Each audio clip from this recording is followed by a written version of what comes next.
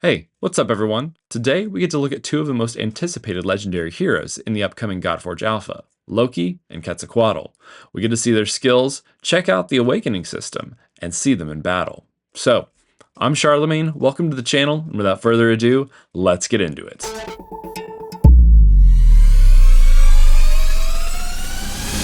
Alright, here he is, the Master of Mischief himself, Loki. What a crazy design. I get some Jester or even some Gotham Joker vibes from him personally. I think the design and the colors are so cool. Got that snake around his neck. Just really awesome work here. One of the first things though that stood out to me in terms of just the general build and design is that you can see that his left foot is actually hanging over the rock at the bottom. It looks like he's not actually entirely standing on the surface he's at. And I think that's something that they're really going to have to work on. In this next part, we're looking over just the build and how he's designed the different areas of the game, that he's a disruptor and everything like that. Make sure and take some time to pause as we go through these skills as I sped up the content. But really, all that Loki is about really getting in the way of the enemy players, messing up their choices, making sure that he is controlling where they're attacking or ensuring that they aren't attacking how they plan to attack, and then playing off of that in his other skills. We're about to jump in and see exactly what that kit looks like in battle, and let me tell you, some of this stuff looks awesome. So, we get to see the disabled Confuse here. We get to look at Charmed. I really hope that we get to really get our hands on how that debuff is going to be working when it comes to the alpha. And if you're confused or want any kind of information on what the debuffs and disables do, check out my links in the description below. I have details on all of them. Remember, this is a really young channel and your support goes so far. Thank you to everyone who has already chosen to join me in the journey, and if you haven't, I invite you to. I have a goal of reaching 200 subscribers by Alpha Wave 1 on July 23rd, and I will be sharing more and more content on Godforge when that time comes. So if you want to stay ahead of the curve and learn more about what Godforge is doing when it comes to their alpha waves, make sure and hit that subscribe button down below. Now, this is the awakening system. Let's back it up real quick because this is really cool. Now we can see that we're going to be able to awaken these champions by sacrificing a copy of it, or we have this other kind of currency here. Now I would imagine this will be some highly sought piece of currency, perhaps an event reward or something like that. Perhaps we might get them every now and then from drops or whatnot, but per copy that is used up, we got to awaken. So on the first awakening, Aetherburn 2 also cannot be blocked or removed. That's pretty awesome. Some of these skills that they get are really going to be pretty cool, but it looks like it's kind of like a 1, 3, and 5 system that really pushes it, because at 2 you get further initiative, which you can't frown on that. Number 3 has a 50% chance to reduce damage from enemies under taunt by 100%, which is awesome. Kind of makes him a little bit of a tank when it comes down to it. I would imagine we're not building Loki as a tank, we're probably building it with high accuracy, maybe even high resistance, and hopefully to put some damage in there too. But let's check it out as it continues on. Number 4 awakening is going to be initial divinity is increased by 150, and then for that 5th one, he gets a boost to his passive. If fatal damage is inflicted on this hero, prevent it and grant full divinity and an extra turn. I mean, that is just awesome. Talk about really getting in there and messing up the enemy team. But let's take a look at that ultimate one more time just to see exactly what would be triggering on that immediate turn. So attack all enemies with an 80% chance to place Confuse on each target for 1 turn. If the target is already under disable, still 10% of each target's divinity. This I can see could be a crazy cycle. So you take damage, you don't die, you come back, you put in Malicious Mischief, and then you confuse everyone. And that means that there's even a chance that they won't even be able to attack on their next turn. At least won't be able to attack you. And on top of it, you take some of their divinity and boost your divinity back up. And so if you gain 10 divinity when an enemy attacks an ally, you gain 20 divinity when an enemy attacks their allies. I mean, this is all just going to be messing up the enemy team, making sure that you continue to boost and be able to put Malicious Mischief out again and again and again. I'm really liking this character build. It sounds like a lot of fun. So let's get on to what is going on the battlefield. Next up, we're going to see him in action. So we're coming in here, we're seeing a couple of the camera angles drop in. See the default, the top view, and that 3/4 view over the right shoulder. Loki coming in with his primary attacks, seeing him do damage there. Now this ability has the opportunity to place the charm debuff. We don't see it here as he's clearly way stronger than these guys. We unfortunately don't get to see charm in action yet, but you're going to see that burning hatred, his core ability used on this guy. This places debuff. It doesn't do damage. It really just messes with that team, placing taunt.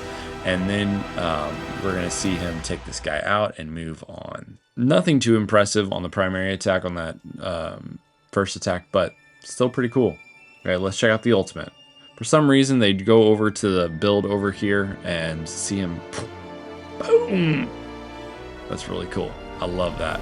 I love that. Let's check it out again. I wish we could have seen it in the actual arena in game, but here we go. Check it out. That's cool. That's cool. You know, it's interesting. We'll see what the camera work does here. If they change anything up, make it a little bit more dramatic. One of the artists commented that they put like a wink on Loki before he goes out behind them. It's pretty cool. That's the core ability right there on a bigger team, and you can see those taunts come out. He places taunt on two of the heroes. Obviously, if he was on a bigger team, that taunt would mean that they have to attack him. But this is just cutting forward to the end of the battle, and you can see here that there's an actual champion reward in the cavern system. So that's cool. We're going to get to see a little bit of that. Here are the rewards. You got some gear, spirit, and some gold, and pretty cool. Pretty cool. Next up, we have Quetzalcoatl. What an awesome champion. Star of Dawn. You're going to get to see a little bit of this champion, that they're an invoker, restore strength to your team, and focus exclusively on empowering your allies. And they are of order. And so their skills, Serpent Fangs, looks pretty awesome. Just a regular single damage, but can place Petrify. Again, if you want to spend some more time reading these skills, by all means, please pause the video and check them out. Increase turn meter of all allies, and check out that ultimate, Light of Knowledge. Place attack up, sharpen, accuracy up on all allies for 2 turns. This is going to be an incredible power booster to your team. So we'll increase the ally with the highest turn meter by 50% when this hero's divinity reaches 100%. Looks really awesome. Going to really be boosting that team and getting them up there. Very, very cool stuff.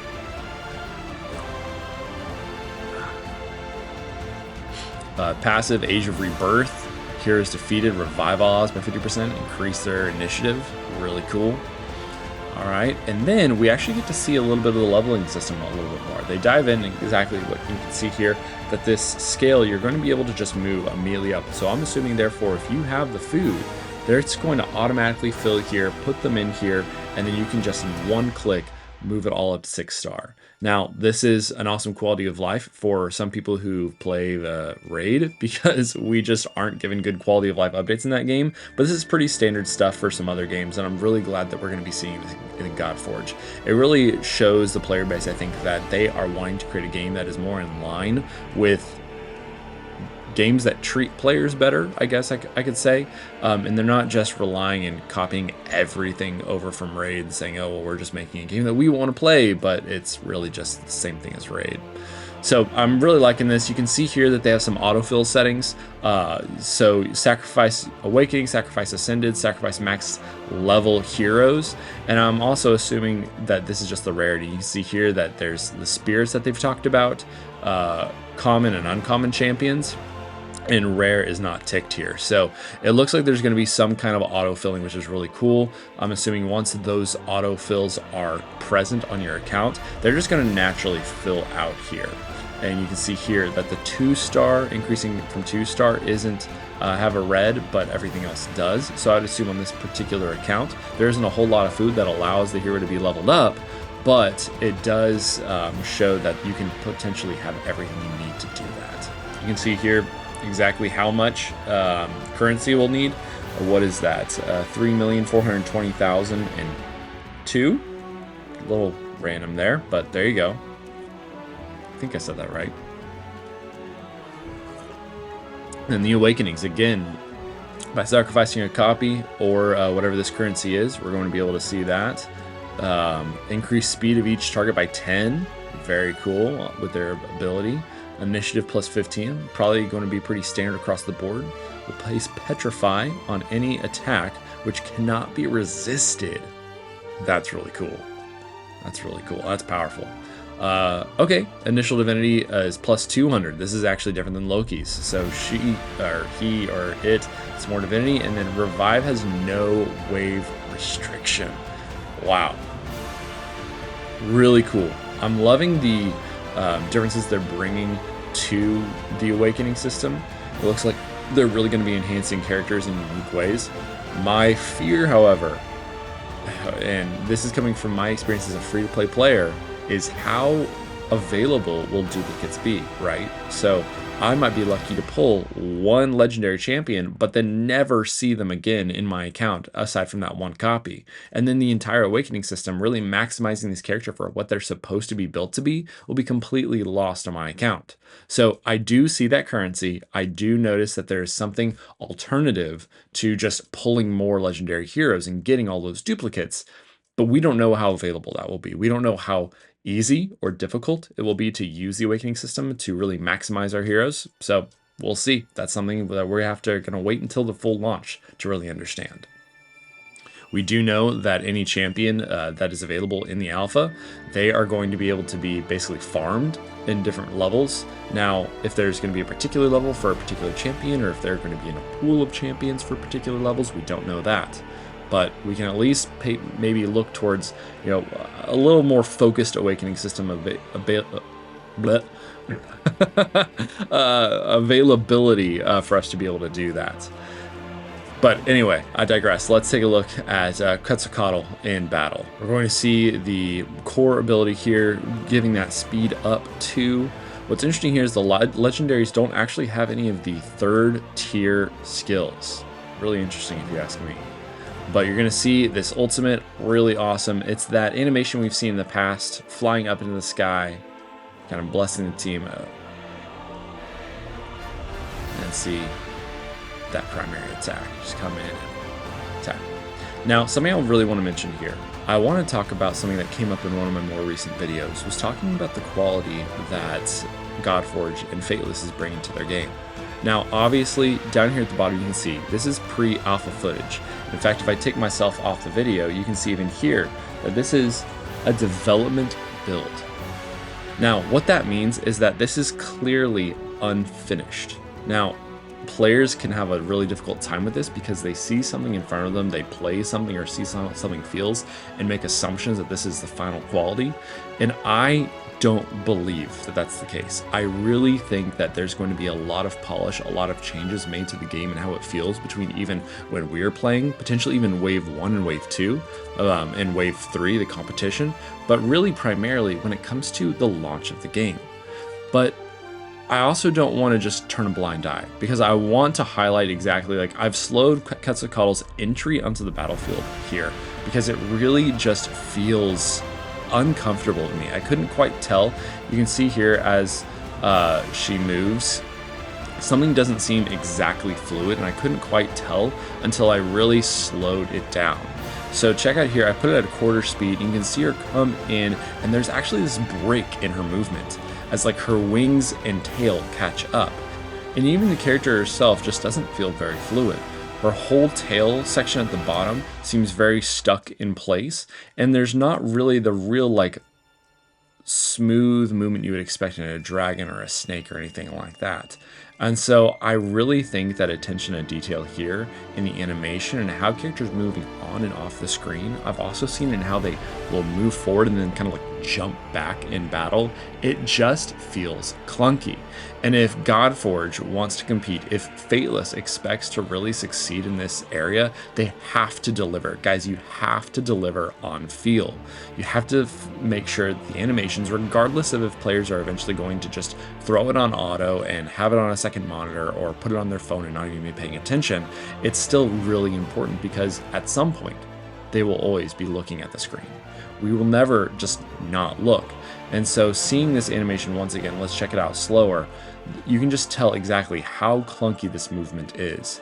I can imagine that a character like this is a lot more complex than, you know, just a bipedal humanoid. But I mean, look at that. Coming in very stiff in the back. You can see here that her tail is all still kind of raveled, almost as if the model itself doesn't really have any motion. I would think at this point the tail should be straight. Like, she should be kind of like slithering along while she flies up in the air. And the general motion is very, you know, limited on how real this looks. And so that's all I would say, is that when it comes to Godforge, when it comes to what it's going to look like and what it's going to feel like, Fateless has yet to deliver that. But remember, as the player base today, we are looking at pre-alpha footage, and we will be playing alpha content. And so that will be a developmental build. That will be something that is in progress. And so I would urge you, my viewers, anybody who is looking at other content in Godforge and talking to the other content creators, make sure and maintain this openness to understanding that we are not looking at something that is finished. Try to hold back your assumptions and wait to see what they deliver when it comes to the end of the year during their actual launch. We've gotten to see Loki, we've gotten to see Quetzalcoatl, some really cool champions if you ask me when it comes to legendary type of champions we're going to be seeing in Godforge. There's really some, I think, ingenuity when it comes to the type of builds, and I'm excited to see them really in play in a bigger team against stronger enemies and all kinds of things like that. So like I said before, guys, this is a young channel. My goal for Wave 1 is to reach 200 subscribers before July 23rd, so make sure and hit that subscribe button. And y'all, let's get ready for the alpha.